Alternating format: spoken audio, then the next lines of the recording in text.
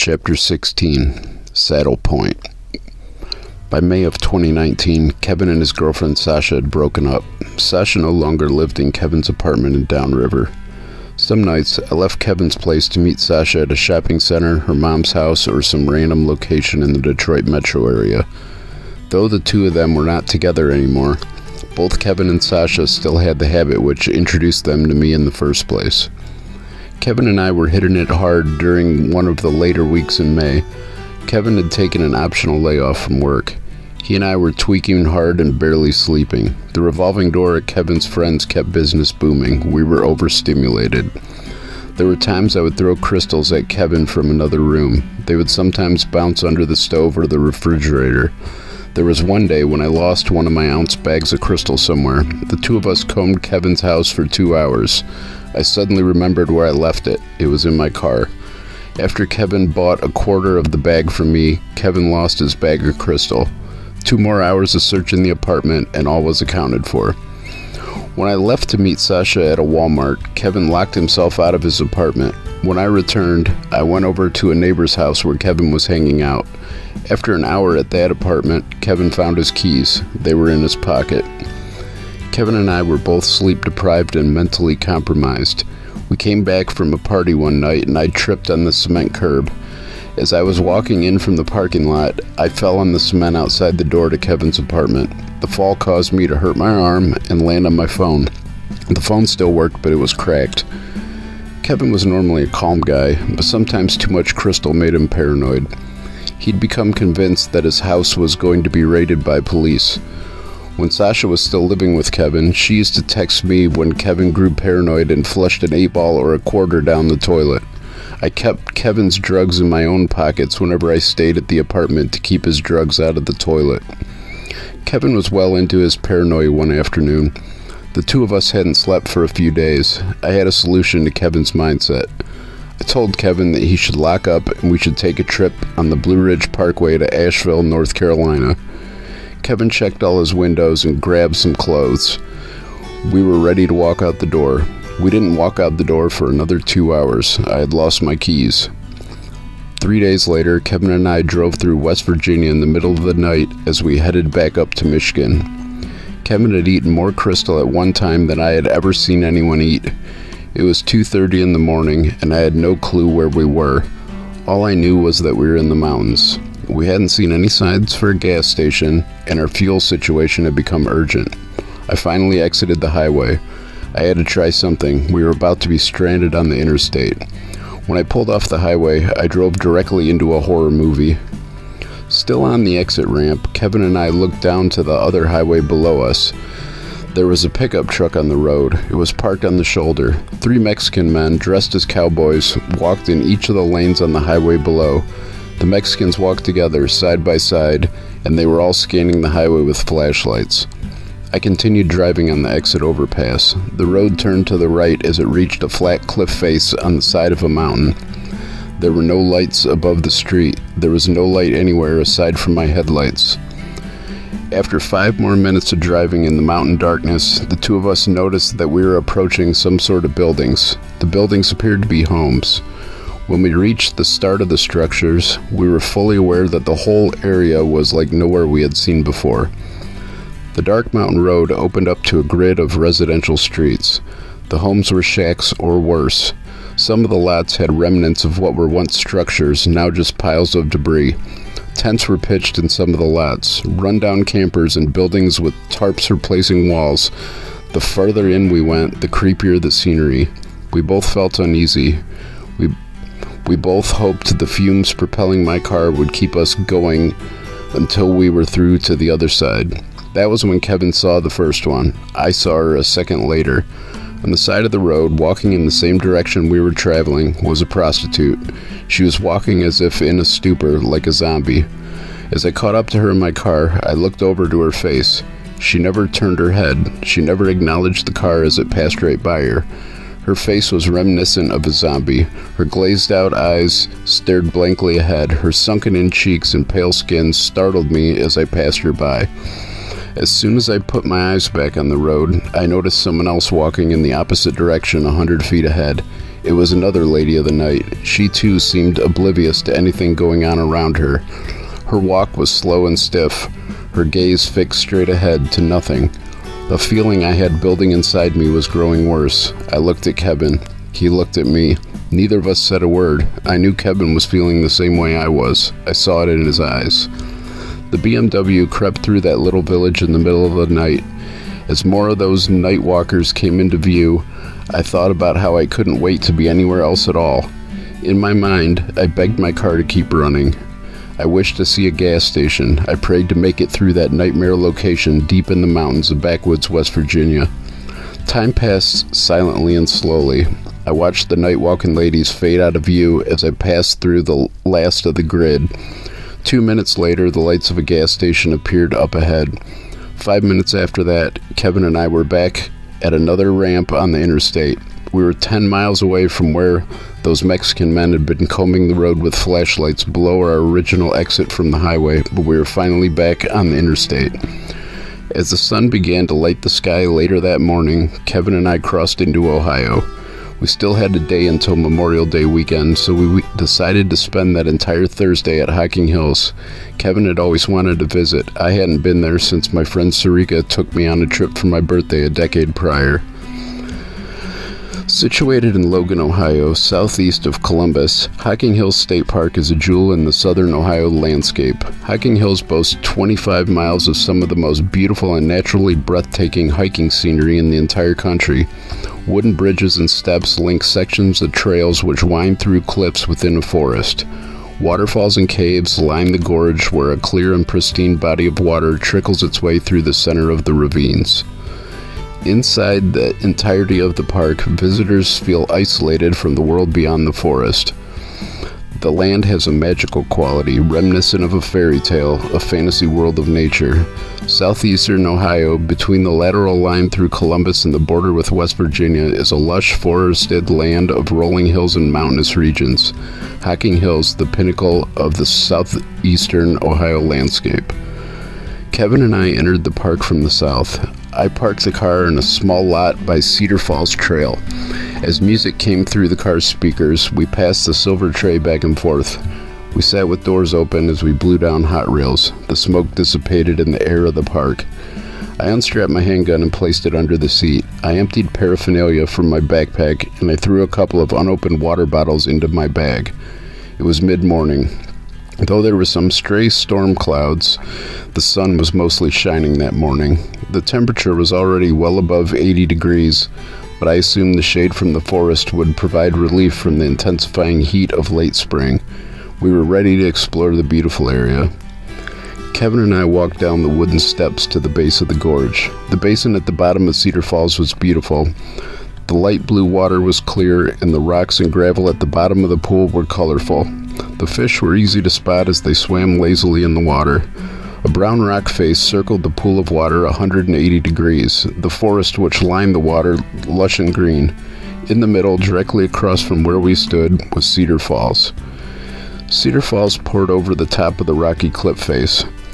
The water hit a location on the side of the cliff and created a tier before the second cascade of water fell into the tranquil pool below. The sound of falling water echoed throughout the gorge. The entire location was stunning. Kevin crossed over a wooden bridge, and he wandered out of sight downstream. I remained on the rocks at the precipice of the waterfall basin, along with some randomly scattered hikers. A family of 4 explored the overhang which jutted out over the right side of the pool of water.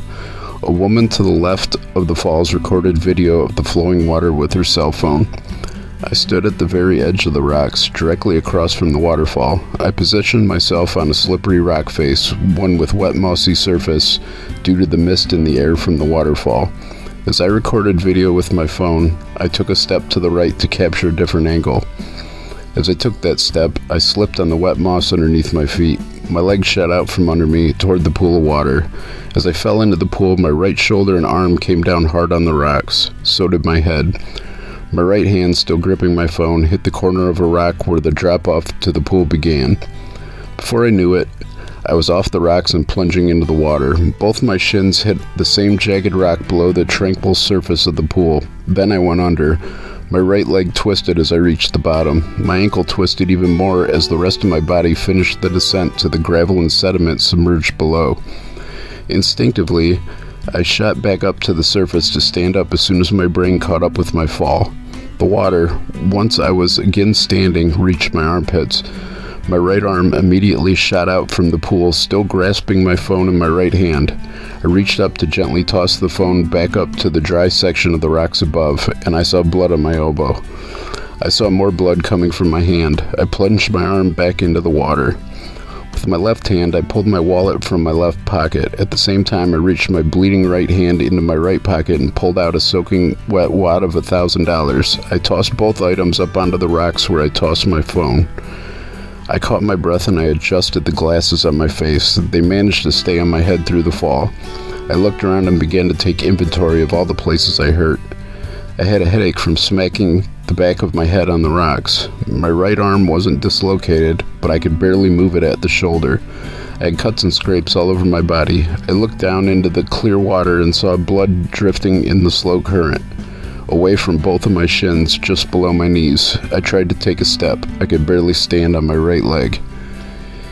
Even had I not been injured, the rocks were a good 2 feet above my head as I stood in the water, and they were extremely slippery. I wasn't going to be able to climb out of the water at the same spot where I fell in. I looked around. Nobody was close. Nobody had seen it happen.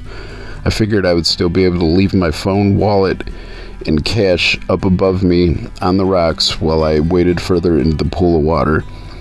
The bottom right side of the pool, below the rock overhang, was a gradual slope of multicolored gravel. The gravel eventually reached the surface of the water at the point the overhang shaded the pool from the sun.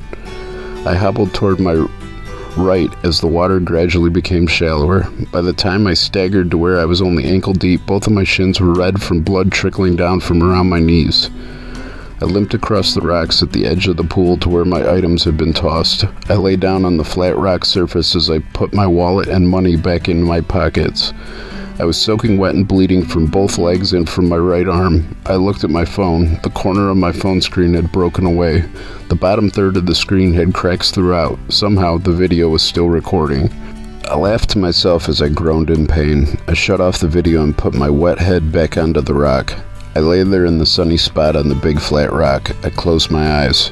When I opened them, I was in Kevin's shadow. Kevin laughed. "Are you all right?" I managed to stand up. I regained my composure, but the right side of my body was in constant pain. Kevin didn't take me seriously. He kept rushing me to hurry up so we could hike. I somehow agreed to hike the trail away from Cedar Falls. The trail was uneven and narrow. I sometimes had to catch myself with my left arm as I fell past a tree so I wouldn't fall off the edge, down the ravine, and into the river. I hobbled and I complained. An hour later, it began to rain. It was slippery everywhere. I struggled forward. Kevin went ahead and I eventually caught up as he sat waiting on a rock. Kevin went ahead again. That pace continued for hours. I became increasingly irritated and exhausted. I had 1 hour of sleep 2 nights before that and had been awake ever since. I had been driving most of that time. I was exerting energy I didn't have as we were hiking in Hocking Hills. I was using half of my body to traverse steep inclines and declines over rocks and slippery mud.